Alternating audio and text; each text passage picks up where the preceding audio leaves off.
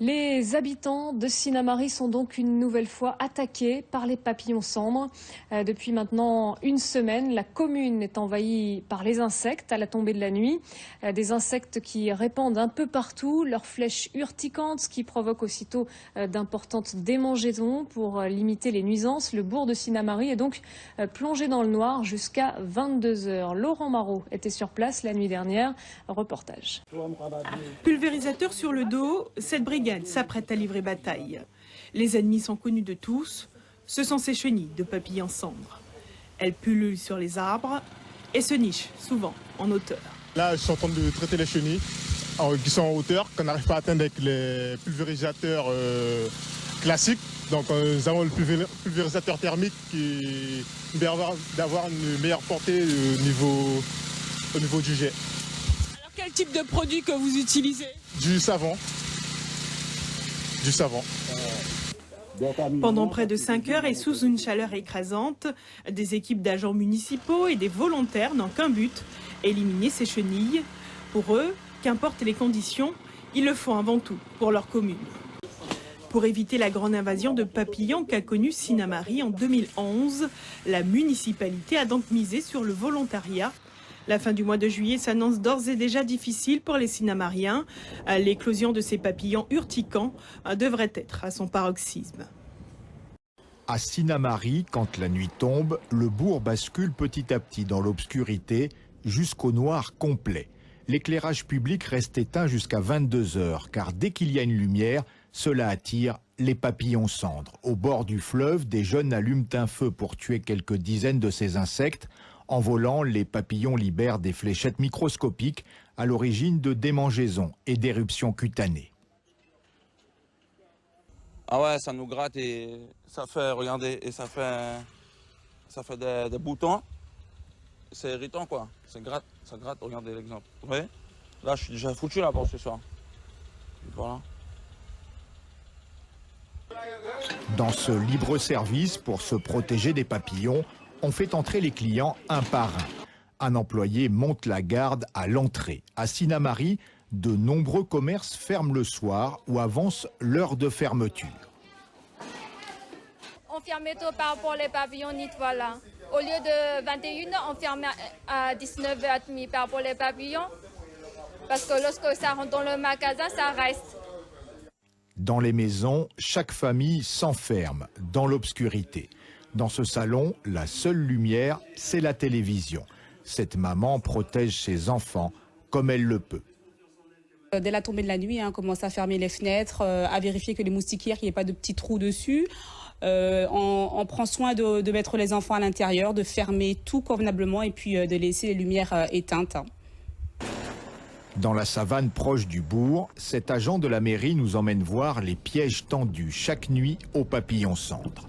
Un bassin rempli d'huile de friture et au milieu, une source lumineuse pour attirer les insectes. Ce piège fonctionne à plein régime. Très vite, notre voiture est couverte de papillons. 8 pièges sont allumés chaque nuit, trop peu pour faire face à l'invasion.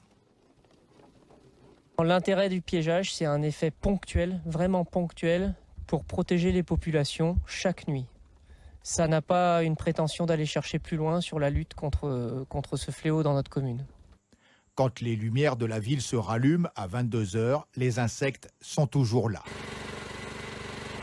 À l'aube, les agents communaux nettoient les réverbères avec de l'eau savonneuse. Le lendemain matin, les services municipaux épandent de l'eau savonneuse sur les milliers de papillons agglutinés durant la nuit. Chaque piège est vidé. Les papillons seront ensuite brûlés. Selon la mairie, le pic de papillonite est prévu le 5 août prochain.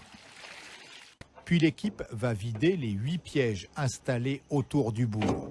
Toute la nuit, les papillons sont tombés dans ces bassins attirés par d'intenses lumières. Des moyens limités face à l'invasion. J'ai l'impression que c'est un combat de David contre Goliath. Nous disposons de moyens dérisoires, mais heureusement que nous les avons quand même, puisque si nous ne les avions pas, nous aurions fait quoi? Sur le terrain, les agents de la mairie sont directement exposés au risque de papillonite. On est venu mettre de l'huile dans les pêches vers 9h30 du matin, 10h. Avec le vent, désolé, j'avais des démangeaisons partout. J'étais obligée d'aller chez moi, me doucher et revenir travailler. Pour se rendre compte des effets de la papillonite après une nuit de reportage passé à Sinnamary, il suffit de regarder mes bras. Mais attention, il faut rester zen et ne pas se gratter, sous peine d'aggraver le mal. Au moment où le malathion est utilisé dans la lutte contre le chikungunya, le maire de Sinnamary réaffirme sa volonté d'utiliser le BTK pour se débarrasser des papillons cendres. Jean-Claude Madeleine a formulé officiellement sa demande à Paris à l'occasion cette semaine du Congrès des maires, même si dans l'immédiat, les menaces de pullulation sont retombées. Jean-Marc Dabreux, Martialette. Le papillon cendre et ses démangeaisons.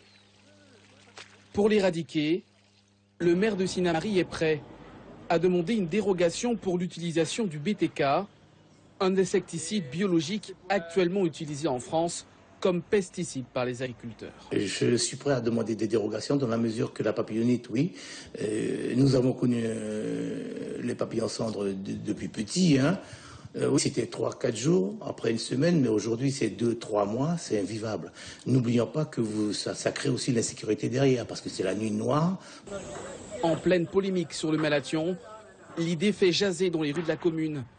Les habitants que nous avons rencontrés demandent une concertation avant toute décision.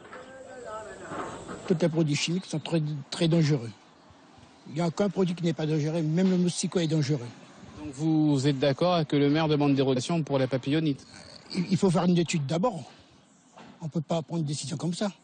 Et il faut voir la population, il faut discuter avec la population. La population doit être informée pour savoir s'ils veulent pas. Oui.